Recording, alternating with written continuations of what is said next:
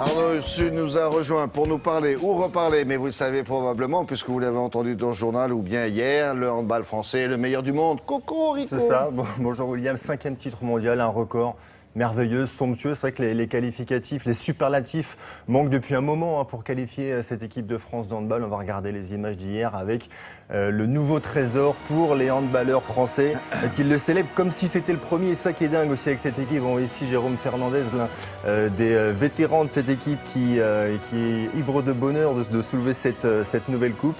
Alors hier, les experts ont pris le meilleur départ face à l'équipe du Qatar. Et sur ce tir de Nikola Karabatic, ils vont même compter 6 buts d'avance face aux joueurs de l'Émirat. Karabatic très bon hier, très bon en attaque, très bon en défense et dans le combat.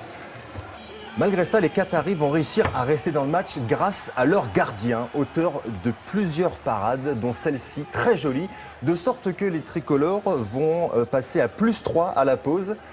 Et en deuxième période, les joueurs de l'Émirat vont même refaire leur retard. Un match très tendu à ce moment-là. On voit ici l'entraîneur des Bleus qui est un petit peu inquiet. Et les Bleus sont solides en défense. Des contre-attaques bien menées conclues ici par le jeune Valentin Porte. Un dernier but de Daniel Narcisse qui fait du bien. Le voici, le Réunionnais. Regardez le ralenti, l'image est énorme. Elle est vraiment sympa cette image. Alors là, tu vas le voir. Hop. Magnifique, victoire des Bleus, 25-22, 5e titre mondial. Une équipe décidément hors norme. Et les héros sont attendus à l'aéroport Roissy-Charles de Gaulle à 19h ce soir, William. Est-ce qu'il y en a qui doivent prendre leur retraite là? Alors il y a peut-être Jérôme Fernandez, le capitaine, qui a 37 ans.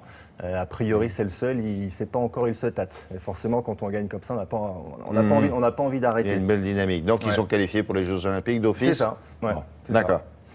Du football. Alors à part ça, du football, oui, mais américain. Du football, là pour l'instant, il reste du football français, du football classique. Oh, alors on regarde, il y avait un petit peu moins de spectacles. On va regarder, c'était la fin de la 23e journée de Ligue 1 Monaco-Lyon, un match au sommet. Sauf que le spectacle n'a pas franchement été au rendez-vous. Alors William, ça c'est la plus grosse action du match. Un Dimitar Berbatov dont la tête échoue sur le poteau. Maigre spectacle hier soir à Louis II. Score final 0-0. Lyon toujours en tête avec 49 points devant Marseille et le Paris Saint-Germain. Le football américain, le voici. Le Super Bowl, l'événement le plus suivi au monde. 115 millions de téléspectateurs rien qu'aux États-Unis. Alors c'est une véritable institution là-bas.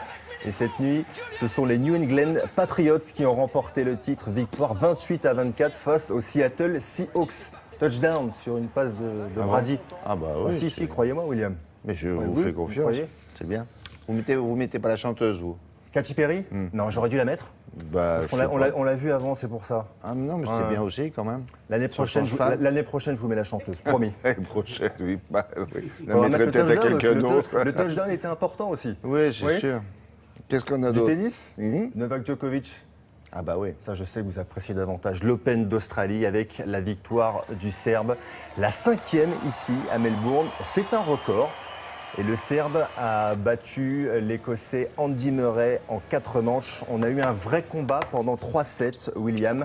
Mais dans le 4e set, le Britannique en bas de l'écran va craquer et Djokovic va faire cavalier seul. Le score final 7-6, 6-7, 6-3, 6-0, alors que l'on voit Boom Boom Baker, l'entraîneur de Djokovic au bord du terrain. Voilà, c'était la balle de match. Et c'est le 8e grand chelem pour Djokovic qui rejoint ainsi Connors, Lendl, Agassi. Que du beau monde. Oui, mais Murray, il a un très bon entraîneur aussi. Également, Amélie Mauresmo. Voilà. Et on termine avec l'égoïste du week-end. Il s'agit de Brice Leverdez en bas de l'écran. Pourquoi je dis ça? Parce qu'il a remporté son 8e titre de champion de France de badminton. 8e titre de suite. Il a battu hier Lucas Corvet en 3-7. C'était à Aire-sur-l'Allie dans le Pas-de-Calais.